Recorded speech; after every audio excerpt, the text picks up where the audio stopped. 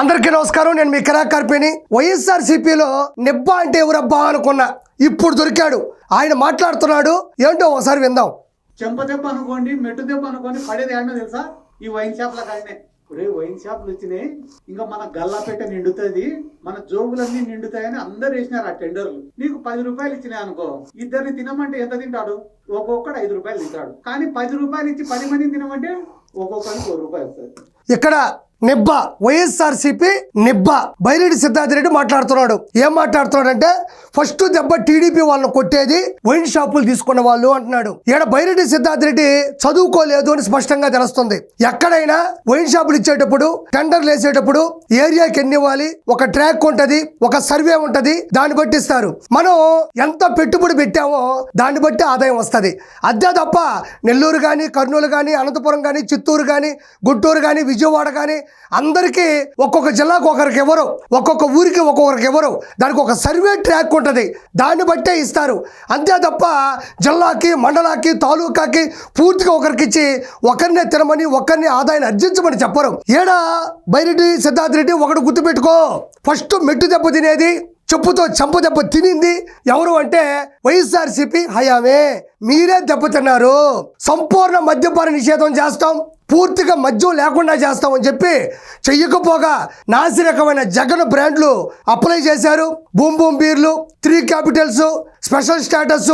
మీరు తాగేటప్పుడు నోటుకు వచ్చిన కోతలన్నీ కూడా బ్రాండ్ పేర్లు పెట్టి వాటిని జనాలకి సప్లై చేసి వాళ్ళ యొక్క లివర్లకు బొక్క పెట్టి వాళ్ళ చేత ఉసురు పొందింది ఎవరంటే తమరే. అదే కాకుండా డిజిటల్ ప్రాసెస్, ఫోన్పే లేకుండా, గూగుల్ పే లేకుండా గవర్నమెంటే అంటే వైఎస్ఆర్సీపీ హయామే వాటన్నిటిని కూడా దత్తత తీసుకొని క్యాష్ బై క్యాష్ 100 అయినా 200 అయినా 300 అయినా క్యాష్ తీసుకొని లెక్క పక్క లేకుండా ఆ డబ్బులన్నీ కూడా తాడేపల్లి ప్యాలెస్కి తరలింపు, తాఫీగా అక్కడ లెక్కింపు, వైఎస్ఆర్సీపీ ముగింపు. దీని గురించి ప్రత్యేకంగా చెప్పక్కర్లేదు. చంప దెబ్బ చెప్పుతో కొట్టింది ప్రజలు ఆ లెక్కల వల్లే. నాసిరకమైన బ్రాండ్లు జనాల మీద రుద్దడం వల్ల మిమ్మల్ని జీవితంలో దిద్దుకోకుండా చేశారు. మీరు సరిదిద్దుకోలేదు, సర్దుకోలేదు. కాబట్టి వైన్ షాపుల గురించి, టెండర్ల గురించి మాట్లాడే హక్కు, అర్హత బైరెడ్డి సిద్ధార్థ రెడ్డి నిబ్బా నీకు కానీ, మీ వైఎస్ఆర్సీపీ వాళ్ళకి కానీ అవకాశం కూడా లేదని చెప్తున్నా. ఈ రోజు ఒక నియోజకవర్గంలో 10 వైన్ షాపులు, 10 వైన్ షాపులు పెట్టినారు. ఫస్ట్ తెలుగుదేశం వాడిది అనేది తెలుగుదేశం కార్యకర్తలు వేరే. వైఎస్ఆర్సీపీ వాడిని, నీలాంటి వాడిని తన్నింది మీ కార్యకర్తలే కాదు. ఎక్కడైతే ఆంధ్ర రాష్ట్రంలో ఉండే ప్రజలు ఎవరైతే ఉన్నారో, మనం ఏ తప్పు అయితే చేసామో వాటన్నిటి కూడా తెలుసుకొని ఫస్ట్ తన్నింది 2019లో ఎవరైతే ఓట్లేశారో తెలుసో తెలియకో ఒక్క ఛాన్స్ అడుక్కొని బొట్టలు వేటు, కత్తిపోటు అని సృష్టించి ఓట్లేసుకొని ఎవరైతే గెలిచారో ఆ ఓటర్లే చొప్పు తీసుకొని చంప మీద కొట్టారు.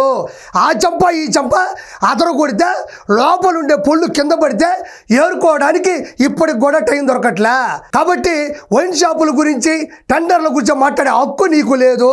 గుర్తుపెట్టుకో, 151 సీట్లు మీకు ప్రజలు అప్పగిస్తే మధ్యలో 5 పోయి 11 ఆడి నుంచి వచ్చినాయి. కాబట్టి అర్థం చేసుకో, సమీక్షించుకో, ఎందుకు ఓడిపోయావో కూర్చొని ఆలోచించాలి తప్ప ఇలాంటి నెబ్బా ప్రెస్ మీట్లు పెడితే అది ఎప్పుడు తెలుస్తుంది? 2 ఏళ్ల తర్వాత లెక్కలు వేసుకున్నప్పుడు తెలుస్తుంది ఎంత బొక్క పడింది అనేది. ఈ మాటలు మాట్లాడితే ఎంత బొక్క పడేది 2029కి ఇంకా నీకు, నీ వర్గానికి స్పష్టంగా తెలుస్తుంది. ఇలాంటి అర్థం పర్థం లేని మాటలు, విశ్లేషణ చేతగాని మాటలు, లెక్క పక్కా లేని మాటలు మాట్లాడితే ఇలాంటి చేష్టాలే కంటిన్యూ చేసుకుంటూ పోతుంటే, ఇప్పటి వరకు చేసిన పాపాలు, లోపాలు గాన ఇలానే ముందుకు వెళ్తూ ఉంటే 2029లో కానీ ఆడిటింగ్ చేసుకుంటే లెక్కలన్నీ కూడా బొక్క బోర్ల పడతాయి. ఎందుకంటే నేను కూడా మా ఊర్లో ఒక ఏరియా ఉంటుంది, చికారిపేట అని ఒక ఏరియా ఉంటుంది మా ఊర్లో. ఆడ పాపం వాళ్ళు సారాయి కాసుకొని బతుకుతుంటారు. నెబ్బా అని ఎందుకన్నాను, ఆయనకంటే దరిదాపుల్లో షికారిపేట అని ఒక ఊరు ఉంటుందంట.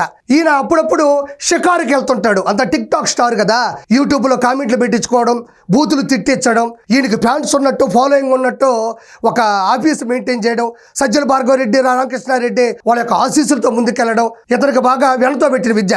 షికారిపేటకి షికారుకి వెళ్ళాడంట. అక్కడ పాపం సారాయి కాసుకునే వాళ్ళంట. సారాయి అనేది ఇల్లీగల్, దాన్ని పాపం సారాయి కాసుకునే వాళ్ళు అంటున్నాడు. మరి ఎవరినో దొంగతనం చేస్తే పాపం దొంగతనం దొంగతనం చేసేవాళ్ళు, పాపం దోచుకునేవాళ్ళు, పాపం మర్డర్లు మానభంగాలు చేసేవాళ్ళు, అంటే ఇల్లీగల్ గా ఉండే వాటిని కూడా ముందు పక్కన పాపం అంటున్నాడు. అంటే సారాయి కాసుకునే వాళ్ళని పాపం అని ఉచ్చరిస్తున్నాడు. ఇక్కడి నుంచి చూద్దాం. జగన్ సార్ గవర్నమెంట్ లో ఇట్లా సారాయి గాయడం తప్ప అని చెప్పి కేసులు పెడితే దాదాపుగా 700 ఓట్లు ఉంటాయి అన్నాడు. 700 ఓట్లు ఉంటే 500 ఓట్లు టీడీపీకి మెజారిటీ. ఇక్కడ చెప్తున్నాడు జగన్మోహన్ రెడ్డి అంట సారాయి గాయొద్దు, సారాయి గాయడం తప్పు అని చెప్పి కేసులు పెట్టించినాడంట. కేసులు పెట్టించలేదు. నాకు అర్థం కాదు. ఇక్కడ నిబ్బా బైరెడ్డి సిద్ధార్థ రెడ్డి మాట్లాడుతుంటే నాకు నవ్వు వస్తుంది. పాపం సారాయి కాసుకునే వాళ్ళు అంటున్నాడు. పాపం సారాయి కాసుకునే వాళ్ళు అంటారా? పాపం చలి కాసుకునే వాళ్ళు, పాపం వేడి నీళ్ళు కాసుకునే వాళ్ళు అంటారు, కానీ పాపం సారాయి కాసుకునే వాళ్ళు అంటున్నాడు. ఇక్కడ ఇంకోటి ఆలోచించాలి అందరూ కూడా, ప్రజలు కూడా. ఇక్కడ సారాయి కాసుకునే వాళ్ళ మీద కేసులు పెట్టాడంట. కేసులు పెట్టలా, ఇవన్నీ అబద్ధం. ఒకవేళ కేసులు పెట్టాడంటే నువ్వేంది బయట అమ్మేది, ఎక్కువ డబ్బులు సంపాదించేది ఏంది, మార్జిన్ నీకు ఎక్కువ మిగులుతుంది. మేము వైన్ షాపులు అమ్మేది కూడా సారాయే కదా. రంగురంగుల సారాయి, రంగురంగుల డబ్బులను మేము సంపాదిస్తుంటే నువ్వు బయట అమ్మేది ఏంది అని చెప్పేసి వాళ్ళ మీద దాడులు చేస్తుంటాడు. కానీ ఇతను మాత్రం వాళ్ళ మీద కేసులు పెట్టాడంట. అంతెందుకో పట్టపగలు మిట్ట మధ్యాహ్నం కళాశాలలో, స్కూళ్ళల్లో, గుళ్ళ పక్కన, బళ్ళ పక్కన గంజాయిని 10-15 రూపాయలకి అమ్మింది ఎవడు? జగన్మోహన్ రెడ్డి కదా. డ్రగ్స్ డీలర్ ఎవడు? డ్రగ్స్ డాన్ ఎవరు? డ్రగ్స్ మాఫియా లీడర్ ఎవరు? జగన్మోహన్ రెడ్డి.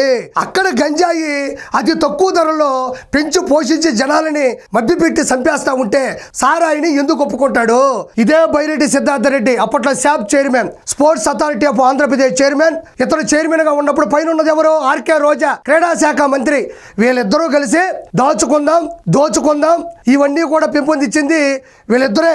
వీళ్ళిద్దరూ కలిసి బాల్ లాంటి బాళ్ళు, బ్యాట్ లాంటి బ్యాట్లు, స్టెమ్స్ లాంటి స్టెమ్స్లు, వికెట్ లాంటి వికెట్లు ఇవన్నీ కూడా స్కామ్ చేసి 400 కోట్ల రూపాయలను కూడా వీళ్ళు లబ్ధి పొందడం జరిగింది.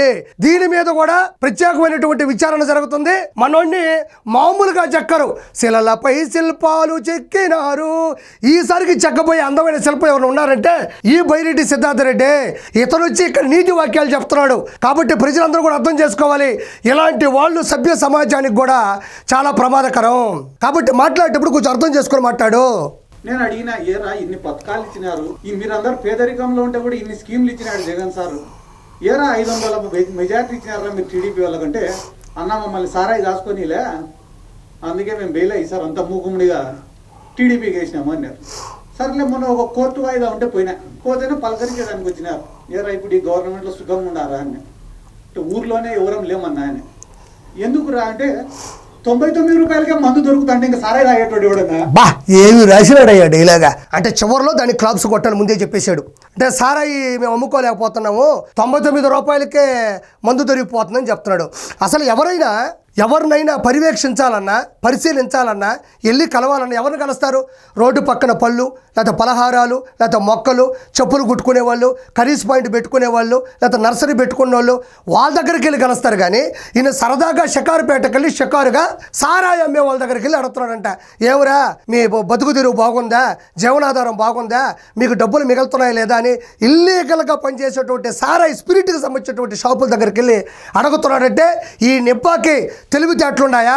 సభ్య సమాజంలో, ప్రజాస్వామ్యంలో ఎవరిని పలకరించాలి, ఎవరిని ఓదార్చాలి, ఎవరిని పరిశీలించాలి, ఎవరిని పర్యవేక్షించాలని కూడా తెలియని ఇలాంటి వ్యక్తులు మెల్లో ఒక ట్యాగ్ వేసుకొని ఈయన మాట్లాడుతూ ఉంటే ఎదురుగా ఉండి ఇంకొంతమంది నిబ్బాలు, రౌడీలు, రాక్షస మోకలు క్లాప్స్ కొడుతున్నారు. ఇక్కడ ఒకటే ఆలోచించాలా, సారాయిని పెంపొందించాలి అన్న కాన్సెప్ట్ చంద్రబాబు నాయుడు గారికి ఎప్పటికీ ఉండదు. నేను ఈరోజు చెప్తున్నా, ఏదైనా సరే ఇల్లీగల్గా ఏ పని చేసినా కూడా వాళ్ళని వెంటనే అరెస్ట్ చేసే పనులు కూడా ప్రవేశపెట్టింది చంద్రబాబు నాయుడు గారు. ఇలాంటి నిబ్బా మాటలు, ఇలాంటి నిబ్బా కథలు కోర్టు మెట్లు దగ్గర అడిగాడంట, యారా మళ్ళీ సారాయి బిజినెస్ బాగుందా అని. అసలు సారాయి అనేది ఇల్లీగల్ కాంటాక్ట్ అయితే వాళ్ళతో ఈయన మాట్లాడేది ఏంది, వాళ్ళ బాగోగులు కోరుకునేది ఏంది? అసలు ప్రజలు దీన్ని ప్రత్యక్షంగా కూడా పరిశీలిస్తున్నారు, వింటున్నారు. ఇలాంటి వ్యక్తులు ఏ పార్టీలో ఉన్న పార్టీకి సమస్య కాదు, సమాజానికి కూడా సమస్య అని మనస్ఫూర్తిగా చెప్తున్నా. Thank you so much.